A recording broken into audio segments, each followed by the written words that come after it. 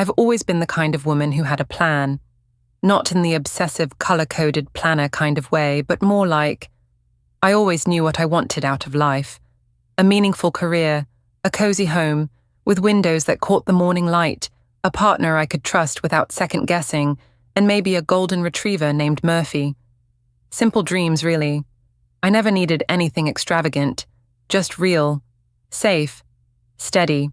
At 28, I felt like I was finally stepping into the life I'd quietly built in my mind since college. I had a job I loved, UX design for a mid-sized tech startup in Boston.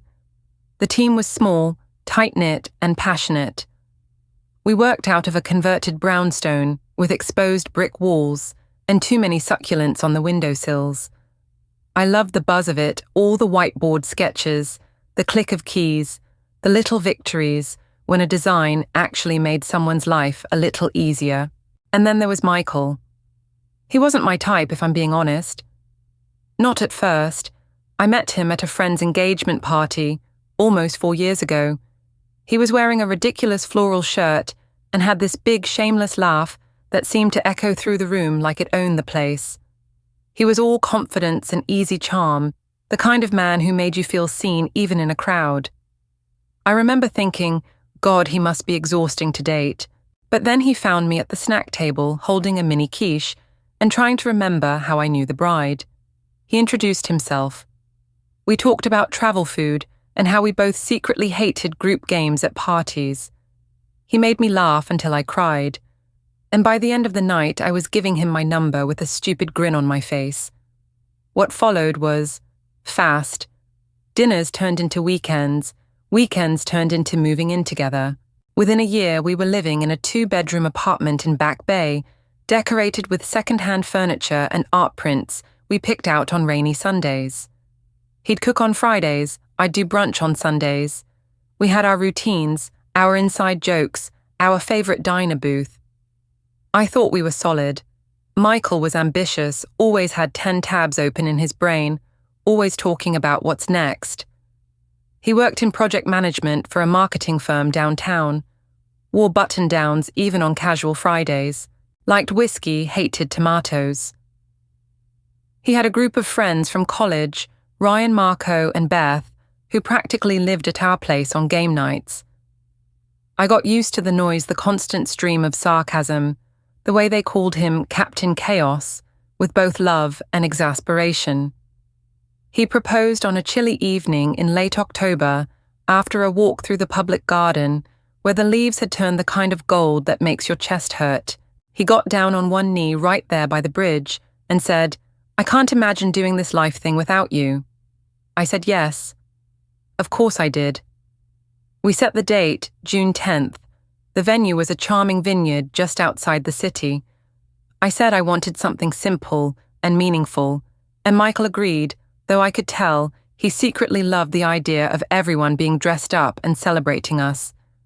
He liked the spotlight more than I did. Everything was in motion.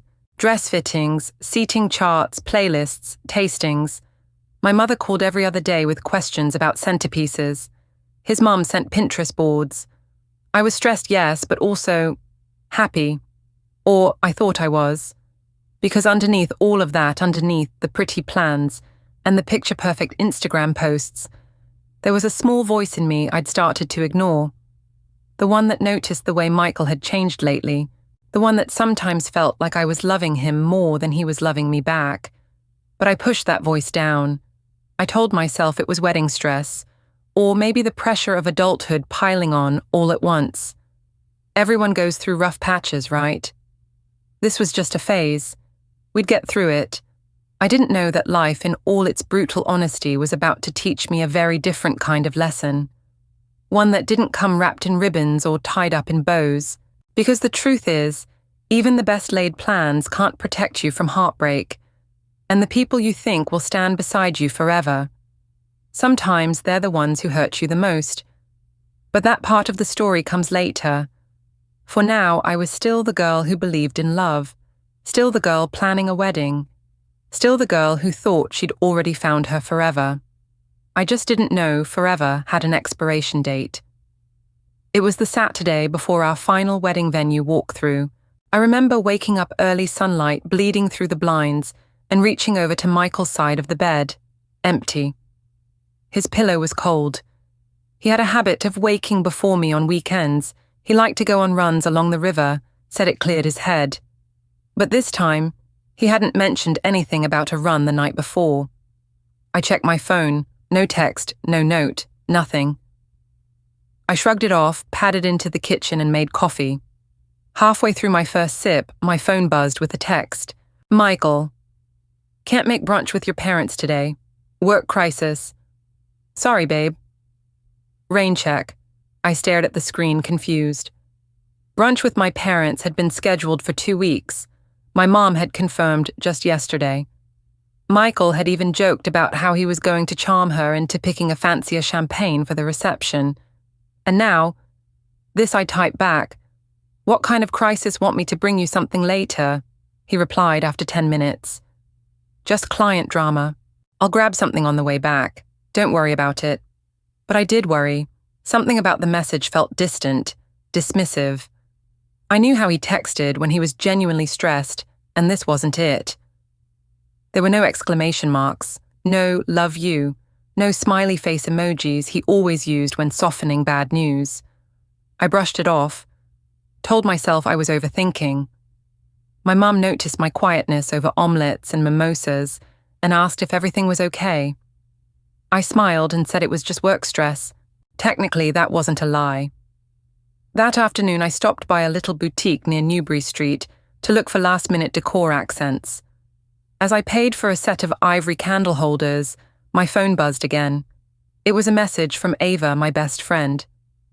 Ava, is Michael at a bar right now? I blinked. Why? She replied almost instantly. Check Marco's story, like right now. I opened Instagram.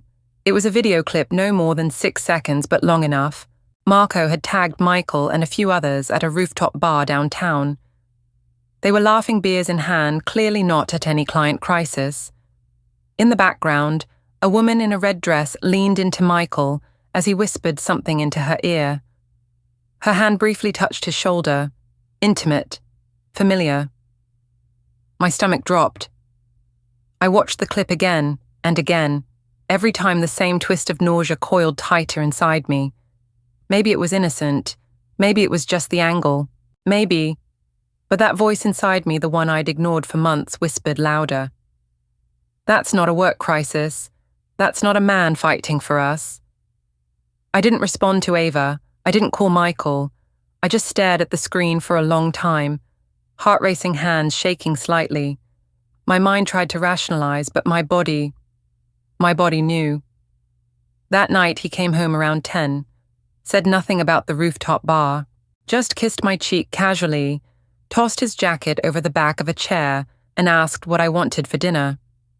I watched him silently, studied the way he avoided my eyes, how he kept his phone face down on the counter, how he smelled faintly of gin and someone else's perfume floral, not mine. And I lied. I told him I'd already eaten, that I was just tired, that we'd talk tomorrow. But in that moment, the first real crack had formed. Not in the wedding plans, not in the flower arrangements or seating charts, in us. In the version of love I thought we were building. And once a crack forms, no matter how tiny, it has a way of spreading. In the days that followed, I told myself to let it go. Maybe he needed space. Maybe it was a harmless moment. Maybe I was being paranoid, just another bride spiraling under the pressure of wedding planning. That's what I repeated like a mantra every time that rooftop clip replayed in my head, over and over until doubt started to sound like reason. But then the patterns started to show. Tiny, quiet shifts that didn't scream betrayal but whispered it. He started working late more often. Not the kind of late where he texted stuck in a meeting, but the kind where he'd go completely dark for hours and then show up at home with an offhanded excuse and tired eyes that didn't match his energy. He stopped asking about my day, stopped holding me in the mornings. Conversations became surface-level weather errands, checklists, and his phone became a wall. He used to scroll next to me in bed, laughing at memes, showing me random videos of golden retrievers doing dumb things. Now he tilted the screen away, started taking calls in the hallway, changed his passcode. When I asked about it, he said his company had new security protocols. Security protocols. I tried to believe him. I wanted to believe him.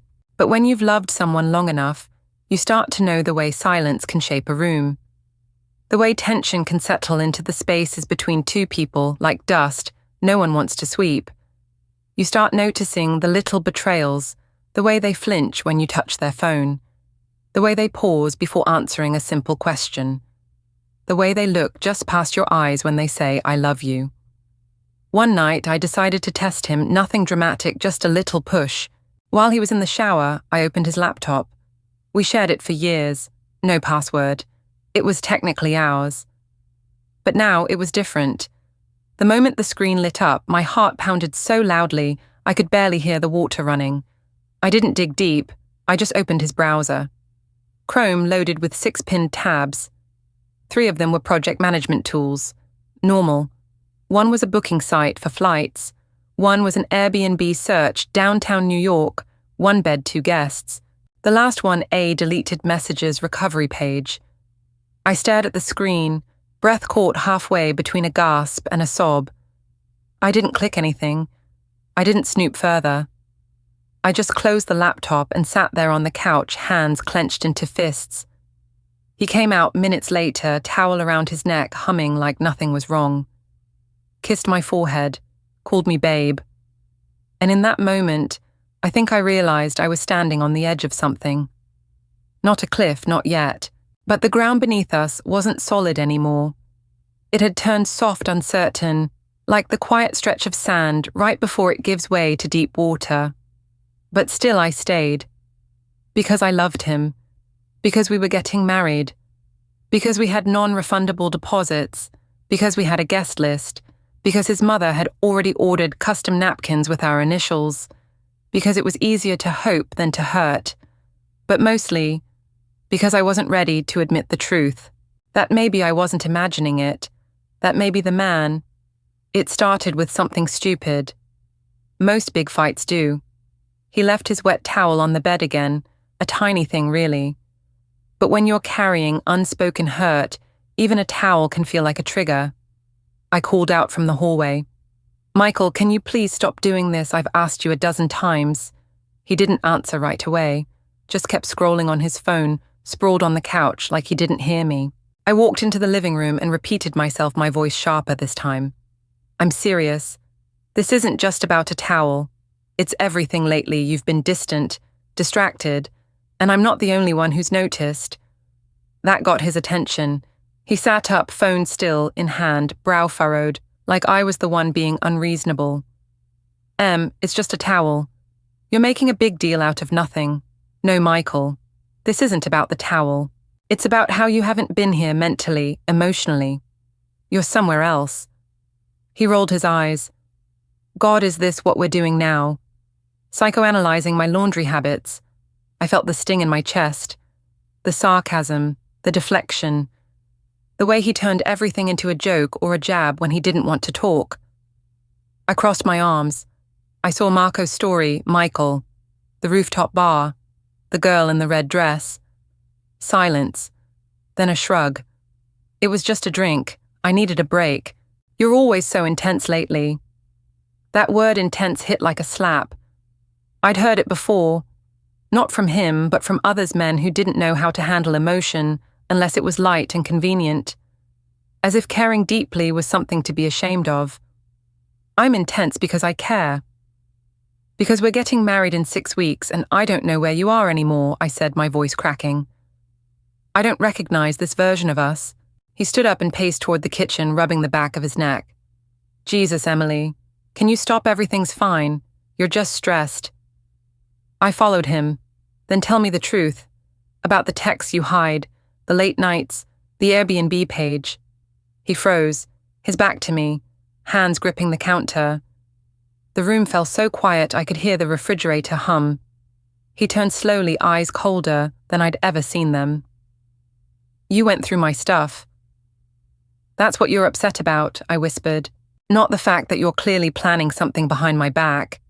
He shook his head like I was some irrational stranger. You know what? Maybe we do need a break.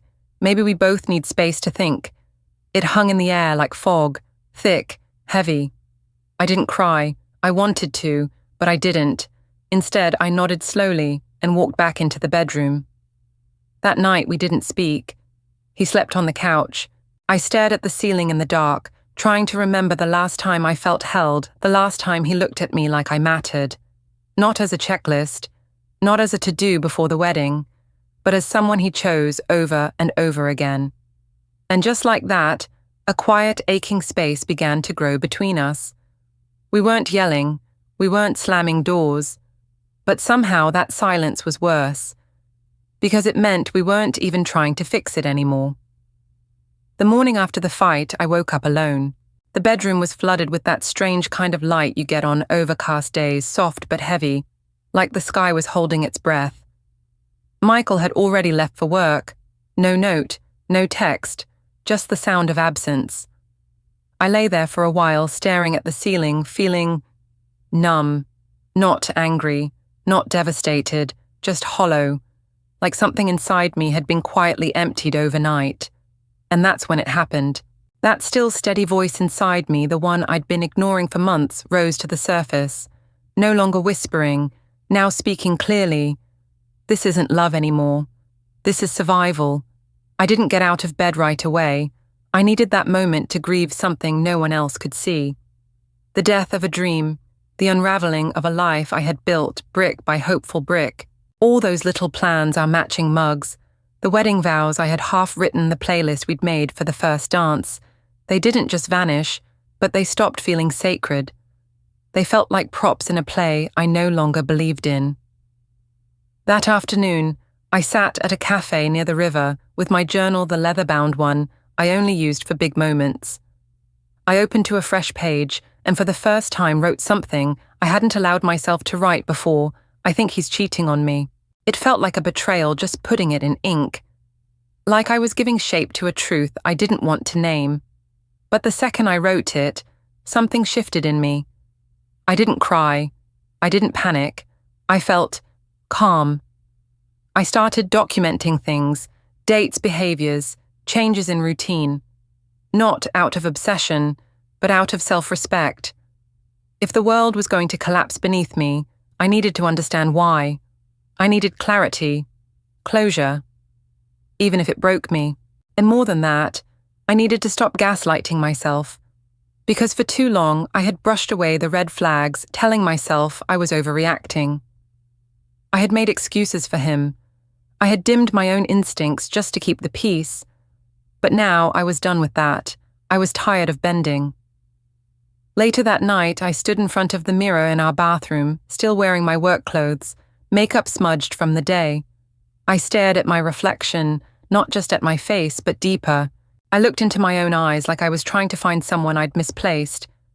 And I said out loud, "You don't deserve this." It startled me hearing my own voice. Not because it was loud, but because it sounded certain, like I was speaking for a version of myself I had locked away for too long. The girl who didn't settle. The woman who chose herself. I didn't tell anyone yet. Not Ava, not my mum. I needed to sit with this privately, let it sink in, let it become real, not just a theory or a suspicion, but a turning point. That week, I started sleeping on the edge of the bed. I stopped asking where he was when he came home late. I started cooking dinner for one, without waiting for his running late again texts. I was still there physically, but emotionally I had already started to walk away. Quietly, slowly, without permission, because something had changed inside me. I was no longer trying to save the relationship. I was trying to save myself. It happened on a Tuesday night. A completely ordinary, nothing special kind of Tuesday, the kind where life pretends to be calm right before it crashes into pieces. I was cleaning out our shared closet, trying to make space for some of the wedding gifts we'd started receiving early. The irony wasn't lost on me, clearing room for a future that felt more like fiction with every passing day. Michael's gym bag was lying in the corner half-zipped, I wasn't snooping. Truly, I wasn't. But something about the way it was positioned, like he had tossed it carelessly after rushing in the night before, caught my eye. That, and the faint scent of perfume that wasn't mine. Not my floral citrus. This was heavier, sweet, expensive. I knelt down, tugged the zipper open and stared inside. At first, just the usual gym towel sneakers, a water bottle. But then, something wedged in the side pocket, a folded receipt.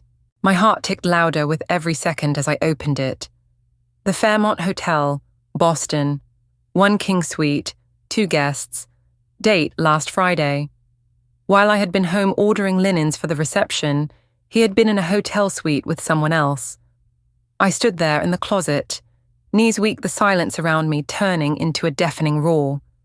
It was like watching my life fold in on itself in slow motion. I felt the blood rush to my ears, my fingers numb the edges of the paper trembling in my hands.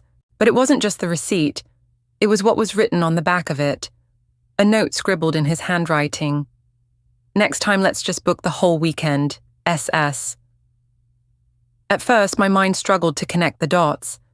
And then, it hit me.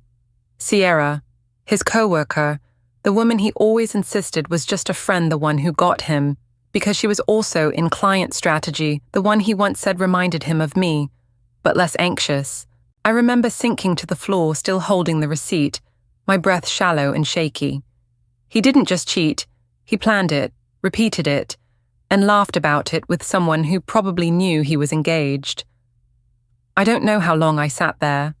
Time blurred.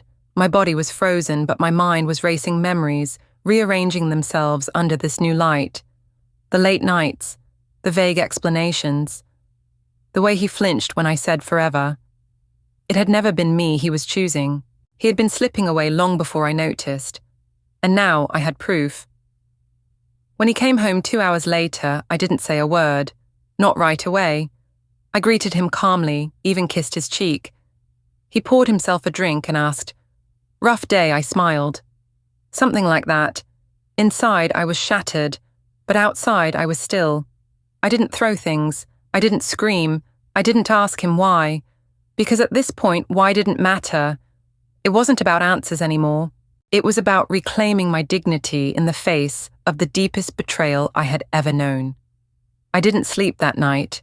I lay awake beside him, listening to his steady breathing, wondering how someone could look so peaceful after what they'd done.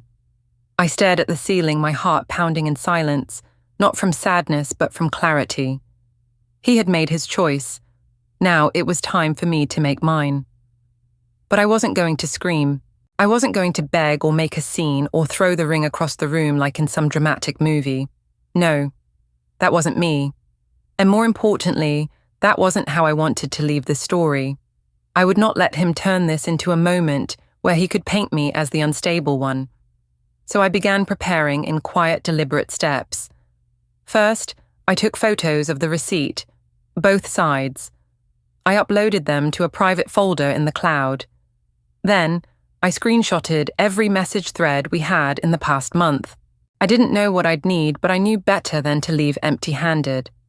I started watching him differently, observing how he smirked at texts when he thought I wasn't looking, how he angled his laptop screen away from me, how he became overly affectionate after his late nights like guilt needed a disguise.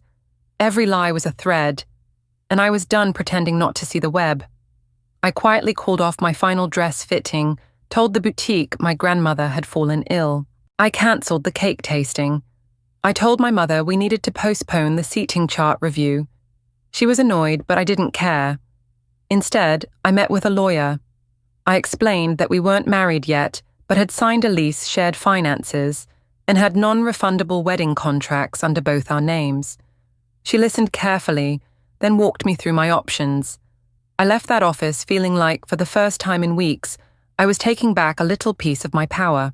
I stayed in the apartment another week, not because I forgave him, but because I needed to finish the plan. I called Ava finally and told her everything. I cried for the first time, not because I was heartbroken, but because someone finally said, "You didn't deserve this." She offered her guest room. said I could come any time. On Friday, I pretended to head to work, but instead, I went home, packed 2 suitcases, and left my key on the kitchen counter. I took the ring off and placed it inside the silver dish he'd once given me for Christmas, the one that read, "Love you more." I left a handwritten note beside it. "You lied, Michael. Not just to me, but to the version of yourself who promised me forever. Don't worry, you're free now. And so am I." I didn't wait for his reaction, didn't look back, didn't send a follow-up text or call his mother to explain. I just walked away. And in that quiet exit, I found a strength I didn't know I had. He would expect drama. He would expect screaming. He would expect chaos. But what he got was silence. And silence, I realized, speaks volumes. He showed up at Ava's apartment 3 days later. I was curled up on her couch in oversized sweats, sipping mint tea and half watching a baking show I wasn't really paying attention to. I heard the buzzer first, then her voice from the kitchen. "Emily, it's him." My stomach clenched. I hadn't expected it to be so soon, but of course he'd come, not because he missed me, not because he suddenly remembered who I was, but because men like Michael don't like being the one left behind. Ava looked at me with a gentle, unspoken question. "Do you want me to send him away?" I shook my head. "I'll talk to him." I stepped out into the hallway and found him standing there, disheveled eyes puffy, a forced calm stretched across his face like a mask that didn't quite fit. He breathed. "Can we talk?" I crossed my arms, leaning against the doorframe. "We're talking." He flinched clearly, expecting something softer. He gestured toward the stairs. "Can we go somewhere more private? I didn't move." "This is as private as it gets." He ran a hand through his hair. "Look, I know what you found. The receipt. The note. But it's not what it looks like. That line. It's not what it looks like." It took everything in me not to laugh. "Really," I said, "because from where I'm standing, it looks exactly like you checked into a hotel room with another woman 2 weeks before our wedding. It looks exactly like you lied to me repeatedly and thought I'd never find out." He opened his mouth, then closed it again. For once, words didn't come easily to him. "I messed up," he finally said. "I got scared. Things got real, and I panicked. But I never stopped loving you." I stared at him for a long moment. "You panicked," I repeated slowly. "So instead of talking to me, your fiancé, you booked a hotel and slept with someone else, and then came home, kissed me, and asked if I wanted Thai or pizza for dinner. Like everything was normal. I didn't mean for it to happen." He snapped, suddenly defensive. "It just did. There it was. The excuse. As if betrayal was an accident, like spilling coffee or missing a meeting." "You made a series of choices," I said quietly.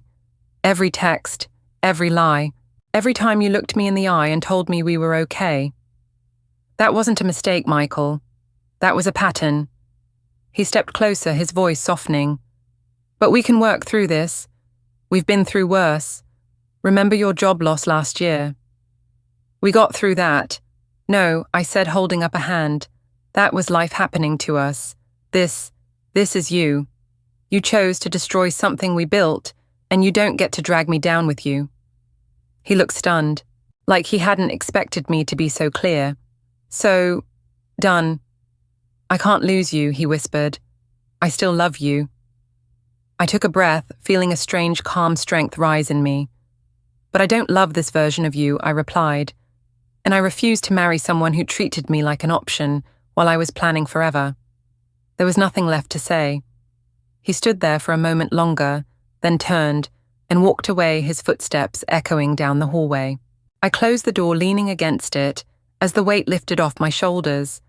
And just like that, the final confrontation was over. No more pretending.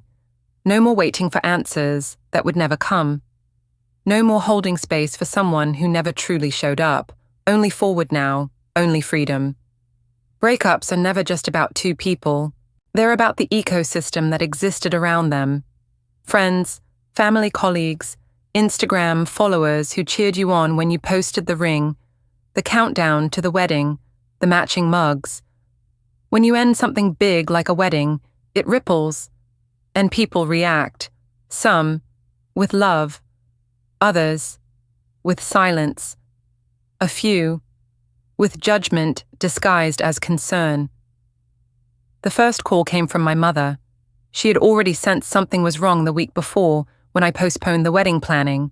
So when I finally told her it was over, that there would be no wedding, no vows, no white dress, she paused. Not long, just enough to measure her words. Then she said softly, "I'm proud of you. I didn't expect that. My mum was old school. She believed in working through problems and forgiveness in men just being men. But maybe she had seen the change in my eyes the last time we spoke. Maybe she recognized that this wasn't something to fix. This was something to leave behind." My dad's response was simpler, but just as solid good. That boy always had soft hands and a slippery smile. It made me laugh through the tears. Ava, of course, never left my side. She cooked for me, kept me hydrated, forced me to shower when I got lost in bed for 2 days straight.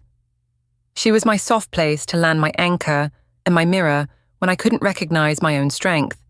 But not everyone stood by me. Beth, one of Michael's best friends, and someone I had grown to love, texted me a dry, "Sorry to hear that. Hope you're okay." That was it. No calls, no follow-up. Her silence was louder than any accusation. And Marco unfollowed me within 24 hours of Michael's return to bachelorhood. Apparently, loyalty had a gender. The hardest part, though, was the wedding guests. The questions started trickling in like cold rain. Is the wedding still happening? Should we cancel our flights? I hope everything's okay. Each message was a tiny knife, because how do you tell people that the love story you let them believe in was a lie you hadn't even realized you were living? I posted one statement, just one. A black and white photo of my hand, no ring, resting on a windowsill, with the caption, "Sometimes the bravest thing you can do is walk away before the altar. Thank you for your love. I'm okay. Please respect my privacy while I rebuild." It was short, it was honest, it was enough. The comments poured in, some supportive, some nosy, some quietly judging. But I didn't scroll through them. I logged out of Instagram for a while. I needed space, not just from Michael, but from the idea of Michael, the image, the future we had broadcasted to the world. Because the hardest part about being betrayed isn't the person who did it. It's watching other people still believe the illusion. But I knew the truth now, and that had to be enough. There's a moment after the storm, after the crying, after the endless overthinking, when everything just quiets. Not because it doesn't hurt anymore, but because you're finally done bleeding. I reached that moment one rainy Sunday 2 weeks after I left. I had just returned from the grocery store, still in leggings, hair damp, holding a bag of overpriced organic strawberries, when my phone buzzed again. Michael, still trying, still reaching. This time it was an email subject. We owe each other a conversation. "Emily, I think we're both still processing. Can we please meet just once as adults? I need closure. I think you do too." Closure. It's funny how the person who breaks everything always thinks they're entitled to closure. Like betrayal wasn't already a full stop. I stared at the message for a few seconds, then archived it. No response, no reply. Not because I was bitter, but because I didn't need a final scene. The story was over. I didn't owe him a neatly tied bow. That night, I pulled out a box from under Ava's guest bed, our shared files, wedding contracts, lease paperwork, receipts from vendors, all of it. I lit a single candle, opened the window, and started sorting. Every piece of paper I tossed in the trash felt like cutting a cord. The florist deposit gone. The calligraphy name tags I had handwritten one night with wine and hope gone. The guest list with little hearts drawn next to people we were excited to dance with gone. And then, the photos. I hesitated. A printed strip from a photo booth at a summer fair. His lips pressed to my cheek, my eyes closed, smiling like I believed every word he ever told me. That girl deserved more. So I whispered, "I'm sorry," to the version of me in that picture, and let it fall into the trash. After that, I deleted the shared Dropbox wedding folder. I removed him from our Spotify account. I unsubscribed from every wedding vendor's email list and took my name off the registry. And finally, the lease. We still had 3 months left, and I had been dreading the legal mess of breaking it, but I called the property manager, explained the situation, and asked if I could remove myself from the lease without penalty due to personal safety and emotional distress. They paused, asked a few questions, then said they'd get back to me. The next day, they approved it. Just like that, I was free. No shared apartment, no upcoming wedding, no paperwork tying me to the man who broke me. I changed my number, not to hide, to restart, to protect the version of me who was finally waking up. That night, I took a long bath. Lavender and silence. My phone was in another room. No buzzers, no. Maybe he still loves you. Texts from well-meaning friends. No Instagram doom scrolling. Just the sound of water and the steady rhythm of my breathing. When I climbed into bed alone, it didn't feel sad. It felt safe. And for the first time in a long time, I whispered to myself, I'm going to be okay. Not someday. Not after meeting someone new. Not after closure. But now. Because the cut that freed me didn't come from pain. It came from choosing peace. They always come back. Not because they've changed, but because they finally realize they lost control over the person who once loved them without hesitation. Michael came back in waves. The first was the email I ignored. The second was a voicemail left late at night, his voice thick, maybe from whiskey, maybe from guilt. I messed up. I know I did. You were everything. I was just stupid. Call me back, please. I didn't. I listened, once deleted it, then blocked his number for good. But the real return came a week later when I saw him. It was unplanned.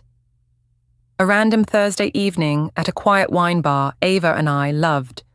We were sitting by the window laughing about something completely unrelated to him, finally laughing again when I heard his voice. Behind me, too familiar, too loud. I turned, and there he was. Michael. He froze when he saw me, like he hadn't expected I'd actually be out in the world again alive, glowing a little, not broken, and weeping on a couch somewhere. He walked over slowly, cautiously, like someone approaching a wounded animal. Emily, he said, voice low, trying to sound careful. I took a sip of my wine. Didn't smile. Didn't flinch. Michael. He shifted on his feet. Can we talk? Just for a second, Ava shot me a glance that said, say the word and I'll drag him out myself. But I nodded. Fine. 1 minute. We stepped outside into the cool air. He looked thinner somehow, more tired. But not remorseful. Just uncomfortable. He started talking fast like he had rehearsed this in the mirror. I've been thinking about you. About us. I know I hurt you and I hate myself for it. I made a huge mistake and I thought we were stronger than this. I thought maybe we could rebuild. There it was, the illusion of regret, the performance of sorrow without the accountability, the kind of apology that centers him, not me, the kind that isn't about healing but about rewinding time. I let him finish. Then I asked quietly, do you regret what you did or do you just regret losing your safety net? He blinked. What I stepped closer, not angry, just certain. You don't miss me. You miss the version of yourself that I made possible. The man who looked good because I stood beside him. The life you got to have because I built it. He opened his mouth, but I kept going. You didn't just betray me, Michael. You erased me. You lied to my face while planning a future with someone else. And now you want to rebuild with what? The ashes. For the first time, he looked ashamed, but shame wasn't enough. I don't hate you, I said softly, but I don't love you anymore, and I don't trust a single word that comes out of your mouth. He stared at me like he didn't recognize me, like the woman standing in front of him wasn't the same girl he once called his. And that's because I wasn't. I hope you figure yourself out, I said. But it won't be with me. I turned and walked back inside. Ava was waiting with another glass of wine and a look of pride I'll never forget. He's gone, she asked. He's gone, I replied. And this time, it was real, because regret without change is just manipulation, and I wasn't falling for it again. It's strange how the truth has a way of surfacing slowly at first, like cracks in ice, then all at once, in a rush that's impossible to ignore. After I walked away from Michael, I didn't expect much more to unravel. I thought I had already seen the worst, the betrayal, the lies, the hotel receipt. But apparently, I had only peeled back the first layer. The rest came tumbling out in the weeks that followed. It started with Sierra. She messaged me. Yes, she messaged me. I was sipping coffee on a quiet morning, reading through emails for work, when her name popped up in my Instagram requests, Sierra T. My stomach tightened. My first instinct was to ignore it. I didn't want drama. I didn't want some long-winded apology or twisted explanation. But curiosity won. I opened it. Emily, I didn't know, I swear. I thought you two had broken up months ago. He told me you were toxic, controlling, and that the wedding was cancelled. I stared at the screen in disbelief. Controlling I, the one who bent backwards to accommodate him. I, the one who made excuses for his distance. I, the one who stayed silent just to keep peace. I blinked away the burn in my eyes and kept reading. I found out the truth from one of his co-workers. She showed me pictures of you two still planning the wedding. I felt sick. I left him that same night. I just wanted you to know I'm sorry. You didn't deserve any of this. A long silence followed. No double messages, no follow-ups, just that. For the first time, I didn't feel anger. I felt validated. Not because she was a victim too, but because I realized just how deep his deception had run. He hadn't only lied to me, he had lied to everyone. That co-worker Sierra mentioned, her name was Becca. She reached out next, said she had seen Michael brag about having options, that he flirted with interns during office happy hours, and that everyone in the department knew he wasn't exactly the loyal type. No one told me, because as she put it, you always looked so in love, we thought you knew. I didn't know, and I hated how good he had been at keeping up the performance. But slowly those masks began to fall. Beth, his friend who had gone quiet, she finally called, apologized for not reaching out, told me that after I left, Michael tried spinning the story, claiming I had walked out. Suddenly I had trust issues, I had been emotionally unstable, but Beth knew better now. Emily, she said, voice cracking over the phone. I'm so sorry I didn't ask your side sooner. Forgiveness came slow, but it came. Not because I needed their validation, but because each person who uncovered the truth helped me remember that what happened wasn't my fault. It wasn't because I wasn't enough. It wasn't because I loved too hard or asked too many questions. It was because Michael had built his life on manipulation, and eventually the scaffolding couldn't hold.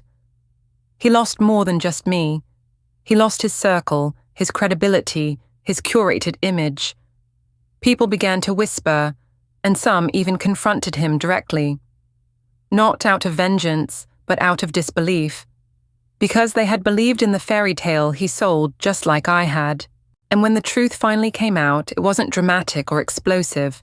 It was quiet. Like a slow exhale after holding your breath too long. I didn't gloat. I didn't post revenge captions or send "I told you so" texts. I just lived. And that I realized was the most powerful truth of all, because I wasn't broken anymore. I was whole, without him. Healing isn't a straight line. It's not a perfect upward climb. It's messy, slow, and filled with moments that catch you off guard, like breaking down in the cereal aisle, because you saw his favorite granola, or bursting into laughter at a joke that would have once reminded you of him and realizing, it doesn't anymore. The first thing I did to rebuild wasn't big. I bought new sheets, crisp white cotton ones, buttery soft, the kind that made me feel like I was stepping into a hotel bed every night. I wanted the bed to be mine again, not a reminder of shared nights and broken promises. Just a place where I could rest, heal. dream again. Then I rearranged the apartment. Ava. God bless her, let me stay as long as I needed. But after a month, I knew it was time. Not to run from the past, but to step into something of my own. I found a little one-bedroom across the river. Nothing fancy, but it had big windows and a quiet charm that felt like a blank page. Moving in was emotional. I unpacked slowly, piece by piece, not because I had so much stuff, but because everything I owned carried memories. Some I kept, some I let go of. I didn't want to erase my past. I just wanted to choose what parts of it came with me. I hung up new art, photos of places I wanted to go. A framed quote above my desk that said, "You didn't come this far to only come this far." Cheesy maybe, but in those first weeks it grounded me. I started therapy, not because I was falling apart, but because I wanted to understand why I had allowed myself to stay so long in something that no longer served me. My therapist didn't give me answers exactly. She asked better questions, like, when did you first start ignoring your voice? What did love look like to you before this? What would it mean to feel safe again? I journaled. A lot. I wrote letters I never sent. I went on walks without music just to listen to my own thoughts. I cooked for myself, played music on Sunday mornings, bought flowers just because. And slowly, joy began to return. Not all at once, but in glimpses. A good cup of coffee, a compliment from a stranger, the way Ava and I would dance in the kitchen when a good song came on. The feeling of putting on red lipstick just because I wanted to, not because someone was watching. Then came the first real test. A man at a bookstore complimented my shoes. He was kind, gentle smile, eyes that didn't linger too long. We talked, just briefly, about books of all things. And when he asked if he could give me his number, I didn't panic. I didn't compare him to Michael. I didn't question if I was ready. I just smiled and said, "Not yet." But thank you, because healing isn't about jumping into someone new. It's about finally seeing yourself clearly without someone else's shadow hovering in your reflection. I didn't need a man to feel whole again. I needed me. And every step I took, every meal I made, every night I slept peacefully, every time I said no to something that didn't feel right, was a piece of myself coming back home. I was rebuilding, not from the ground up, but from the center out. June 10th arrived like a ghost with perfect timing. The date that was once circled on every calendar, the countdown that lived on my phone the day I was supposed to walk down the aisle in ivory lace and promise forever to a man who had already let go. Instead, I woke up alone and at peace. I didn't cry. I didn't reach for my phone to see what he was doing, or wonder if he missed me, or if he remembered what today was supposed to be. It didn't matter anymore, because this wasn't about him. This was about me. About reclaiming a day that once carried the weight of heartbreak and turning it into something that belonged to me alone. So I got up early and brewed my favorite coffee strong with a splash of vanilla oat milk. I made a playlist called Unwed and Unbothered and let it play through the apartment as I got ready. I wore white, not a wedding dress, just a simple linen sundress that hugged me in all the right places. Comfortable, soft, free, and instead of a veil, I wore sunglasses and a quiet smile. I took myself out for breakfast at a little cafe by the harbour. The waitress complimented my dress and asked if I was celebrating anything. I smiled and said, "Actually, yes, I am." She gave me a free pastry without asking why. After breakfast, I walked along the pier, watching sailboats glide across the water like they had nowhere urgent to be. I let the breeze tangle my hair, the sunlight warm my shoulders. Every step I took felt like shedding another layer of that old life. Then came the best part. A solo trip I had booked weeks earlier, something spontaneous, something mine. Santorini had always been on my list. It was supposed to be our honeymoon, but now it was my freedom moon. No matching passports, no couple selfies, just me, a carry-on, and an open heart. I boarded the flight that evening. No second thoughts, no sadness. only a soft, steady joy. When I landed, I was greeted by whitewashed buildings, turquoise water, and sunsets that didn't ask for an audience. I ate olives and laughed with strangers. I journaled every night on the terrace with a glass of wine in hand and the stars above. And on what would have been our wedding night, I danced barefoot on my hotel balcony to a song only I could hear. No first dance, just my dance. Because I didn't lose anything that day. I gained everything, my voice, my peace, my power. That date no longer marked the day I was almost married. It became the day I fully came back to life. If you had told me a year ago that I'd be sitting here single healing whole, I wouldn't have believed you.